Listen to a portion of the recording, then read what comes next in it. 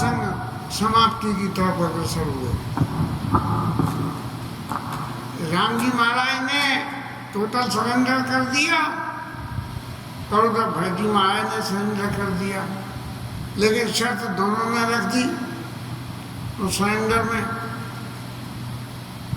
राम जी महाराज ने कहा कि तुम जो कहो तो सब मैं करने को तैयार हूं, लेकिन मुझे 2-3 बातों की चिंता है कि पिताजी के वचन और माता का रुख, और अंतर्मन में देखें तो देवताओं का कार्य। भरत जी के मन में एक ही बात कि मेरे को चाहे कुछ भी करना पड़े, लेकिन राम जी की जो है सेवा का भाव, मैं राम जी का सेवक हम स्वामी सिय नाऊ हो नाथ ये और निभाऊ, ये जो है होता है। अब जब सेवक और स्वामी का रिश्ता बन जाता है तो स्वामी कुछ देता है और सेवक लेता है। बस इसी भावना से भरत जी महाराज को फिर एक बार राम जी के सामने बोलने का मौका मिला है। लेकिन राम जी महाराज पहले भरत जी कुछ बोले। राम जी महाराज ने एक ही बात कही कि भरत जी महाराज, ये आप शायद ऐसा समझ रहे हो कि राज्य शासन में आपके जाने से, राज्य शासन आपको सौंपने से आपके सिर कोई जिम्मेदारी आ रही है। आपके सिर कोई जिम्मेदारी नहीं आ रही। क्यों? कि गुरु प्रभाव पाल ही सबई, गुरु जी का प्रभाव सबका पालन करेगा और भले वो ही परिणाम, उसका परिणाम बहुत अच्छा होगा और वास्तव में ही अच्छा हुआ। लेकिन फिर भी राम जी महाराज कह रहे हैं कि प्रत्यक्ष रूप से नहीं कहा, लेकिन अप्रत्यक्ष रूप से उन्होंने ये कह दिया कि महाराज अब आप अयोध्या वापस जाओ। क्यों? कि मुझे तो यहाँ आके सब लोगों ने विपत्ति बांट ली, मेरे को इतने दिन हंसी खुशी सब समाज के बीच में रह के गुजर गए और सबने अपने अपने मन की बातें सब कह दी, और लेकिन तुम्हें अयोध्या जाके अकेले अयोध्या के शासन भार को संभालने के लिए गुरुजी की कृपा का कलेक्शन करना पड़ेगा। भरत जी महाराज की समझ में आ गई बात कि राम जी ने प्रत्यक्ष रूप से कह दिया कि भरत जी महाराज आप वापस अयोध्या जाओ। तब जो है भरत जी ने पूछी कि महाराज आपके अभिषेक के लिए यहाँ तीर्थों का जल लाया था, उसके लिए क्या आज्ञा है, और उस आज्ञा के लिए आप बताएं कि उस जल को अब यहाँ से वापस ले जाने का तो कोई मकसद उठता नहीं। इन जलों को, तीर्थों का जल और नए बने हुए चित्रकूट तीर्थ में फिर आ गया, जब यहाँ आ गया तो फिर यहाँ से वापस जाने का तो कोई मतलब नहीं रहा। तो राम जी महाराज ने कही कि चूंकि अति मुनि यहाँ बसते हैं, सुरसर धारे नाव बन डाकिनी, जो सब पातक पोतक डाकण, अति आदि मुनि वर्भव बसई, करें जोग जप तप तन कसई। ऐसा रामदेव गौरव गिरी बरऊ, और क्या है, चलो सुफल सब कर सम करे, और रामदेव गौरव गुरु बरऊ। ये वाल्मीकि ऋषि ने कहा था। राम जी महाराज वहाँ विराजमान है और राम जी महाराज ने कही कि अत्रि आदि मुनिवर, क्योंकि सबसे पहले नाम अत्रि का लिया गया, इसलिए राम जी महाराज ने कहा कि जहाँ ऋषि नायक जहाँ राय तीरथ जल थल ते ही, जहाँ ऋषि महाराज आज्ञा दें वहाँ रखना। अब हर समाज में ऐसा ही होता है कि कोई ना कोई ऐसा चतुर व्यक्ति होता है जो सबके ऊपर नीति सम्मत तरीके से सबके ऊपर में कंट्रोल कर लेता है। ऐसे ही अत्रि महाराज की जो है प्रभाव था वहाँ, और उन्होंने कहा, अत्रि महाराज ने पहले से ही देख रखा था, ये भी भगवान के ब्रह्मा जी के मानस पुत्र हैं और ठाकुर जी उनकी लीला को सबको बहुत अच्छी तरह से जानते हैं, इसमें कोई दो राय नहीं है। तब उन्होंने कहा कि एक स्थान है, एक कुआं है यहाँ, और वो कुएं में आप इस जल को पधरा दो, और यहाँ से जल पधराने से क्या होगा कि यद्यपि शायद ऐसा लगता है देखने से कि माने उस कुएं में जल नहीं था लेकिन सूखा था, लेकिन जब भरत जी ने तीर्थों का जल लेके आए और उसमें डाल गया, तब जो है उसने एक अपने आप ही कुएं के अंदर एक कुआं और बना लिया।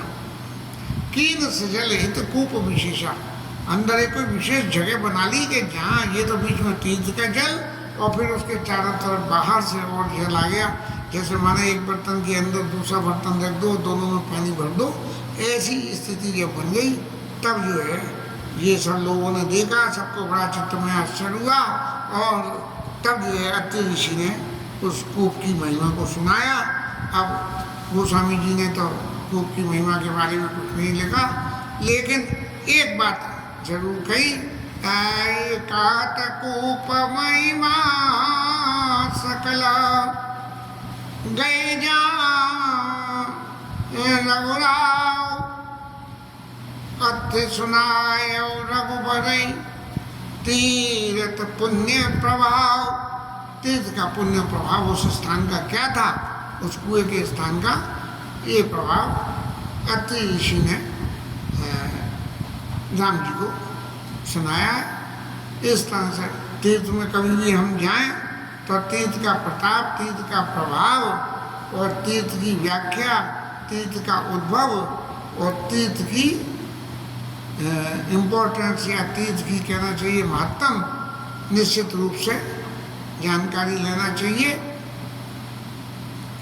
बहुत दिन पहली एक बार मुझे बात याद आती है, कभी वहाँ वैष्णो देवी गए, खूब भीड़ में लगे, खूब परेशान हुए, दर्शन करने गए तो वहाँ उनके भगत जी महाराज ने ये देवी के चरणों में माथा ठुकवाया और बोले चलो निकलो यहाँ से, गुफा के अंदर है। तो निश्चित रूप से भाई उनकी आज्ञा मानना ही था तो निकल के चल दिए, लेकिन मन में ये सोचते आए कि ये 2 दिन से परेशान हो रहे हैं यहाँ आने के लिए, इतना नाटक कर रहे हैं, और दर्शन के नाम पे क्या हुआ कि उन्होंने जो है एक गोल टोपी सी के दर्शन करा दिए हमें, बाकी क्या है। फिर मन नहीं माना, लौट के आए, हमने कहा कि महाराज हम रविवासी आदमी हैं और ठाकुर को प्रत्यक्ष स्वरूप से दर्शन करने की आदत है, तो महाराज इस स्थान की आपको हमें बात बताओ जिससे हमें ये तृप्ति हो कि हम यहाँ जिस के लिए दर्शन करने को आए हैं वो दर्शन हमें मिल रहे हैं। तब उन्होंने उषा को उठा के एक पिंडी में से 3 पिंडियाँ बनी हुई हैं और उनके प्रताप प्रभाव के बारे में बताया। देख के मन में तुरंत ही एक भावना पैदा हुई कि अरे महाराज देवी मैया आप तो बिल्कुल हमारे गिरिराज के ही स्वरूप में हो, तो फिर हम इतनी दूर वहाँ से यहाँ तक आने की इतनी मेहनत काहे को करें। सीधी सी बात है, पास में गिरिराज में जाके भाव रूप से जो है इनके क्या नाम है वैष्णो देवी मैया के दर्शन कर लो। और हम ये क्या है कि मैया भविष्य में जो है अपने पास तुम मत बुलाइयो, गिरिराज भेजियो हमें। अब कुछ न कुछ तो हुआ ही, जो कुछ भी हुआ काफ़ी साल तक दर्शन होते रहे और दर्शन होना बंद हो गया, शारीरिक रूप से अक्षम हो गए ये सैटिका पेन की वजह से, तब जाना बंद हो गया। लेकिन फिर भी हमारी बहनी के गिरिराज तो साल 2 साल में एक आध बार हमें दर्शन देने के लिए हमारे घर पे ही आके हमारी सेवा जो है स्वीकार कर लेते हैं। अत्रि महाराज के संग में उस स्थान के प्रताप प्रभाव इतिहास को वर्णन करते हुए बीत गई रात और किसी को पता ही नहीं लगा कि समय कब बीत गया। अब सुबह भरत जी महाराज ने एक बात कही कि मेरे चित्त की इच्छा एक और है कि प्रभु ये चित्रकूट की भूमि अब तक तो ऋषि मुनियों से आच्छादित थी, अब प्रभु स्वयं आपके चरणों से जो है इस पे पड़ गए हैं, तो आपके चरणों के पड़ने से जिस पर भगवान के चरण पड़ जाएं वो चीज पूजनी हो जाती है, इसलिए हमारे लिए ये पूजनी हो गई। तो उन सब स्थानों पे कि जहाँ जहाँ आपके पैर पड़े हैं उन सब स्थानों के हम दर्शन करें और इस तरह से जो है हमको आप आज्ञा दो, क्योंकि चरण आपके हैं और दर्शन करना नहीं करना हमारा काम है, लेकिन हम जो है हम ये दर्शन करना चाहते हैं तब राम जी ने आज्ञा दे दी और देकर 5 दिन तक पूरे चित्रकूट में भरत जी महाराज घूमते फिरते रहे और जहाँ जहाँ भगवान के चरण चिन्ह अंकित थे उस स्थान पर विशेष रूप से बैठ के और भगवान राम जी का ध्यान करते हुए और उन्होंने उसके बाद में अब ये अंतिम सभा चित्रकूट में हो रही है और भरत जी महाराज ने कहा कि महाराज आपने मेरी सारी रुचियों को रख लिया, बस अब मुझे तो एक ही बात है कि महाराज कोई एक आज्ञा स्पष्ट हुई है। राम जी ने कह दी कि तुम्हें ही अवधि लगी बड़ी कठिनाई, स्पष्ट रूप से कह दिया कि तुम्हें अयोध्या जाना है, लेकिन एक स्पष्ट रूप से एक आज्ञा आप करो। जे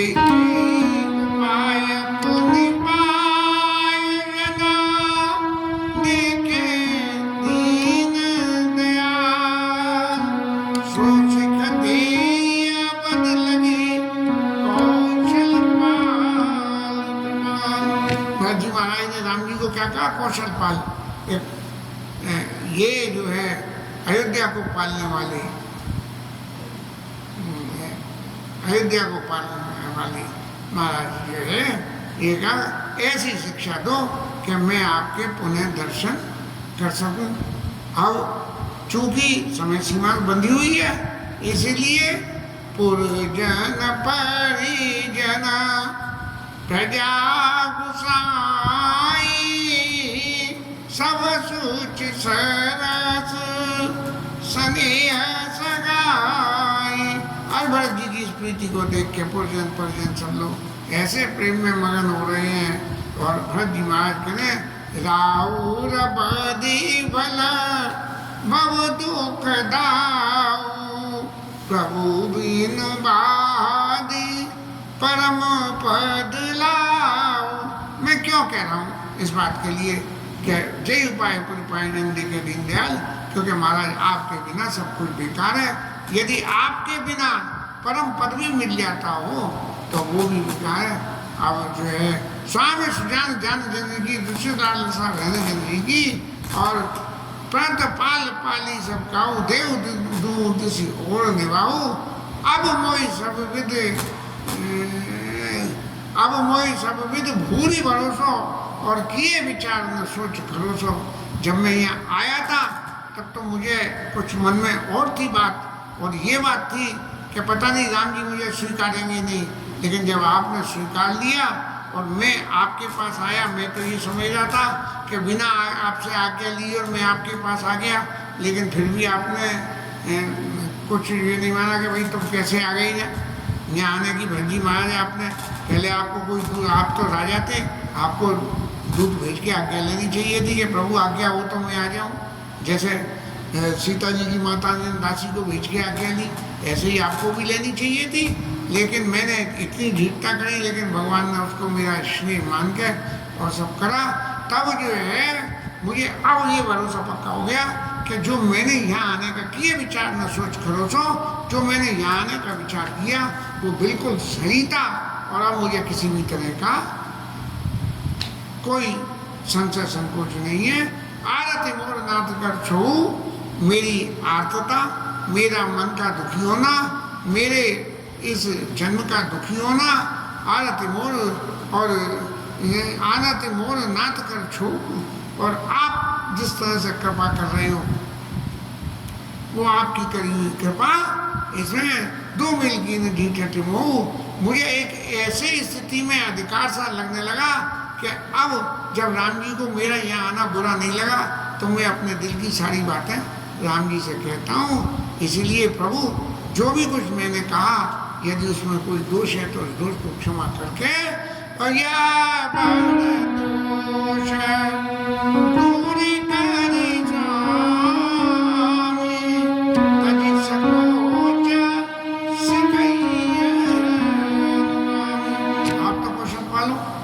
आपको सब कुछ मालूम है। अब जब आप मुझे भेज रहे हो तो वहाँ जाकर मुझे क्या करना चाहिए क्या नहीं करना चाहिए। घर में कोई बड़ा हो और कोई घर के परिवार का दूसरा आदमी कोई तीर्थ जाए, कहीं दर्द सावर जाए, कुछ जाए, तो वो दूसरे लोग आ शिक्षा देते हैं कि मत करना। हम छोटे थे तो याद है, बस में जा रहे थे, बोले देखो रास्ते में उतरना मत ही, कहीं ऐसा नहीं होगा तुम उतरो और बस जो है तुम्हें नीचे उतरा छोड़ के चली जाए। ट्रेन में जा रहे थे तो हर स्टेशन पे मत उतरना, अपने सामान के निगाह रखना।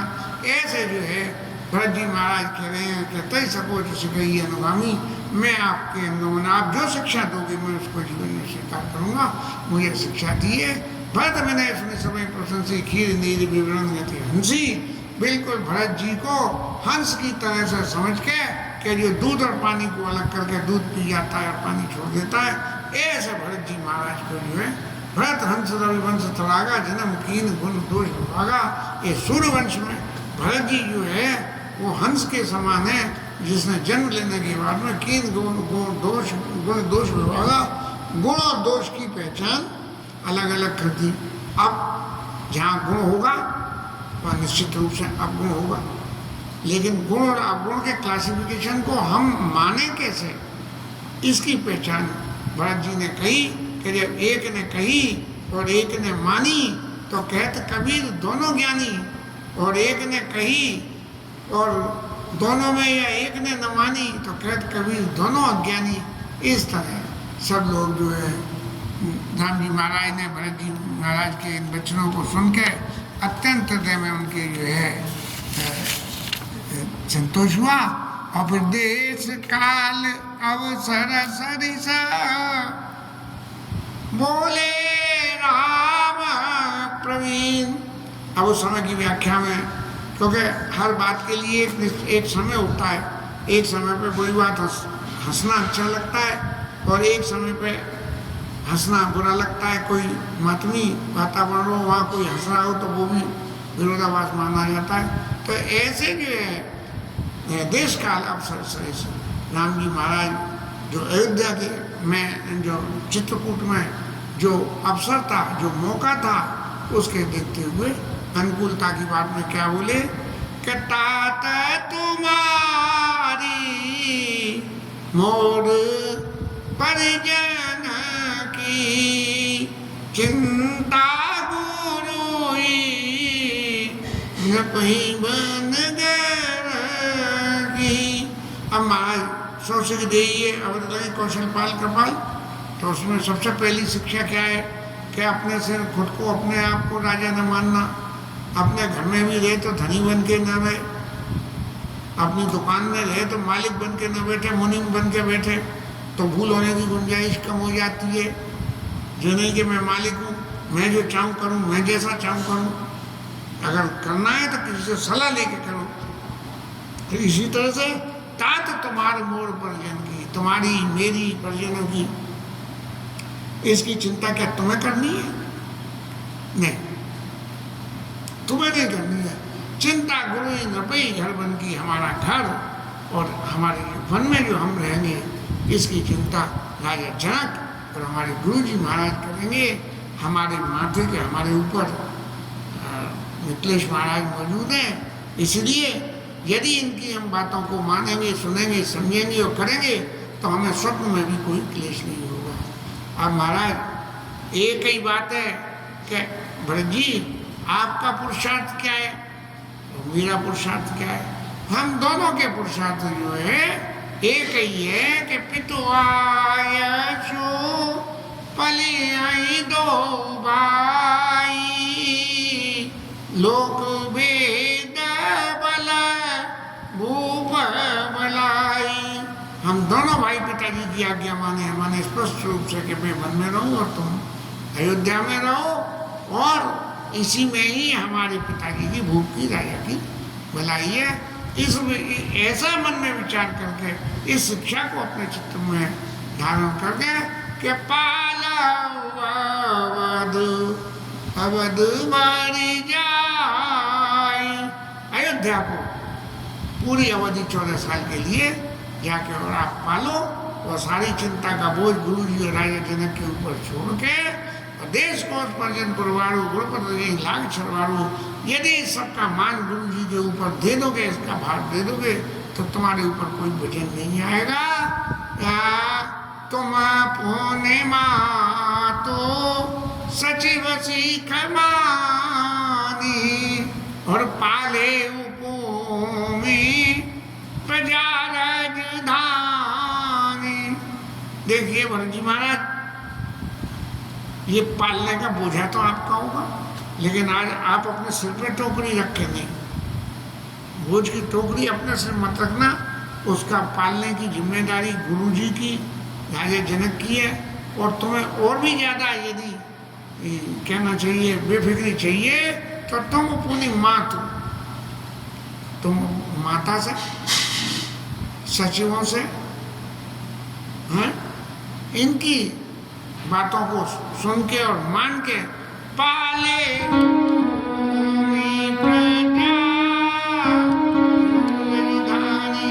पालना तो तुम्हें, लेकिन उनकी शिक्षा से पालना है।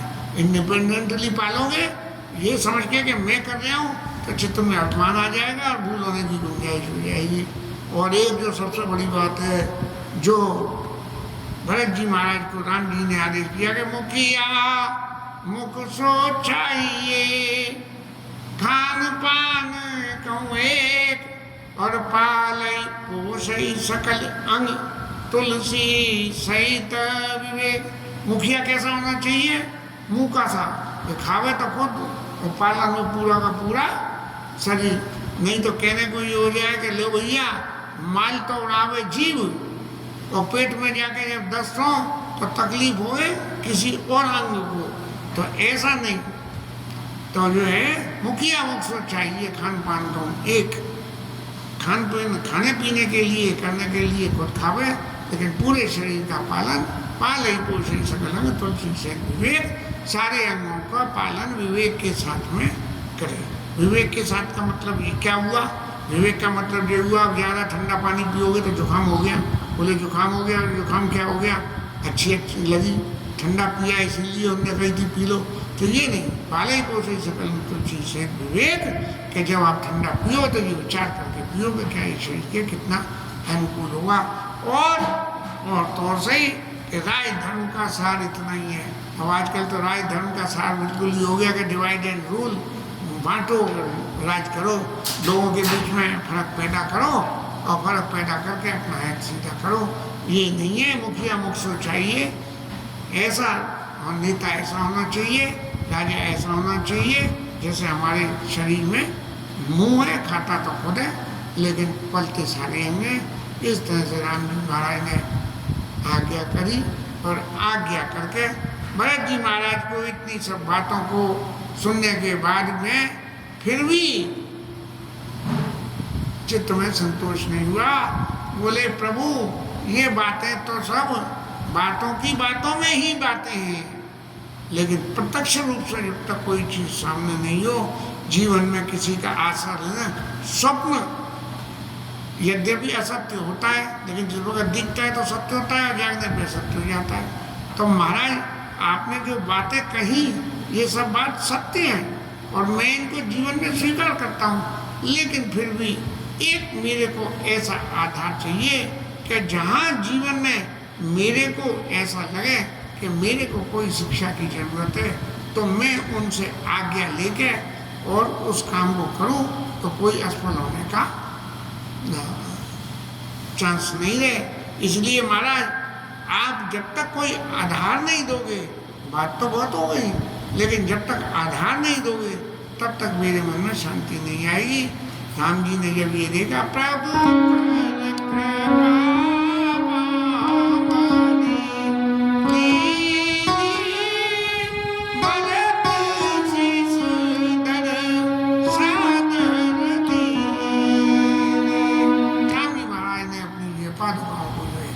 भरत जी को दान कर दिया। बोले ले महाराज आधार चाहिए, मेरे तो आधार सीताराम के चरण।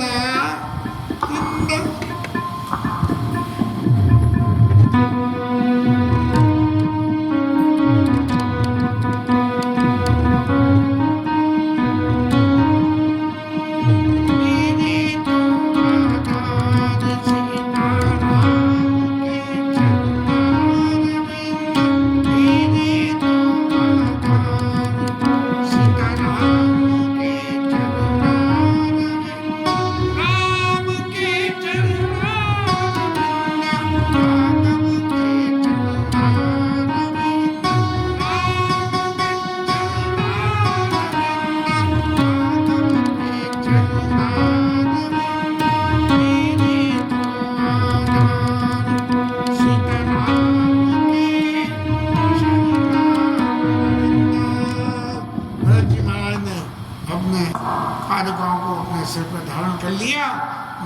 एक ऐसा अवलंब हो गया जैसे राजा के सिर पर मुकुट रखा जाता है, ऐसे भगवान की पादुका। और देवरिया बाबा की तरह से देवरिया बाबा जब आशीर्वाद करते थे तो अपने चरण की कृपा उसकी खोपड़ी के मचान पे रहते थे और उसकी खोपड़ी पे अपने चरणों से कृपा कर देते थे। ऐसे भरत जी महाराज को पादुका राम जी ने दी और भरत जी ने उसको अपने शिरोधार्य कर ली। और इतना करते ही भरत मुदित अवलंब रहे से अश्रु जैसे राम रहे थे। ये पादुकाओं का प्रभाव गया कि भरत जी को ऐसा अवलंब मिल गया जैसे अब तो राम जी महाराज ही मेरे संग चल रहे हैं। भगवान के चरण जहाँ जहाँ जाएंगे बाकी शरीर तो वहीं जाएगा, हाथ जहाँ जाएगा वहाँ शरीर जाए ये जरूरी नहीं है, लेकिन जहाँ शरीर जाए चरण जहाँ जाएंगे वहाँ शरीर निश्चित रूप से जाएगा। माने भरत जी ने ये स्वीकार कर लिया कि अब राम जी मेरे संग जा रहे हैं और उन्होंने तुरंत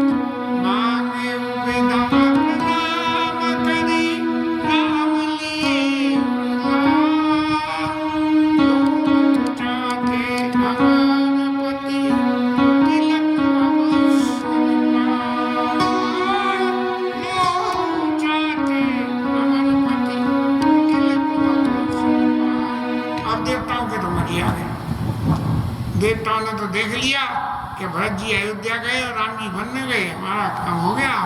तो उन्होंने कही कि अब ये दोनों भाई तो मिल लिए जिनका आपस में कुछ होना था, लेकिन कहीं ऐसा नहीं होगा बीच में जनता में से फिर जैसे पहले वो मंत्रा मैया आ गई ऐसे फिर कहीं यहाँ कोई आ जाए। तो देवताओं ने कही इन बात बाकी सब लोगों के मन में उच्चाटन पैदा कर दो कि चलो जल्दी जल्दी चलो, सामान बांधो, घर चलो, यात्रा पूरी हो गई, अब तो सब फैसला हो गया। इस तरह से जो है ये इतनी बड़ी समस्या का हल निकल आया। ये कहना चाहिए लौकिक जगत में प्रैक्टिकली इस सिद्धांत की फिजिबिलिटी बड़ी मुश्किल से ही बन पाती है, लेकिन फिर भी जिस किसी ने इसका आसरा लिया है, मैंने व्यक्तिगत रूप से इसका आसरा लिया था और घर के अपने भाई साहब के साथ में जो कुछ भी हुआ उस सब के होने के बाद में मेरे को चाहे कुछ भी तकलीफ सहनी पड़ी, लेकिन अंत में भल होई गुरु प्रभाव पाली सभी भल होई परिणाम, ऐसा परिणाम भला मेरे जीवन में आ गया। इसके साथ ही कथा विश्राम और हरिनाम कीर्तन।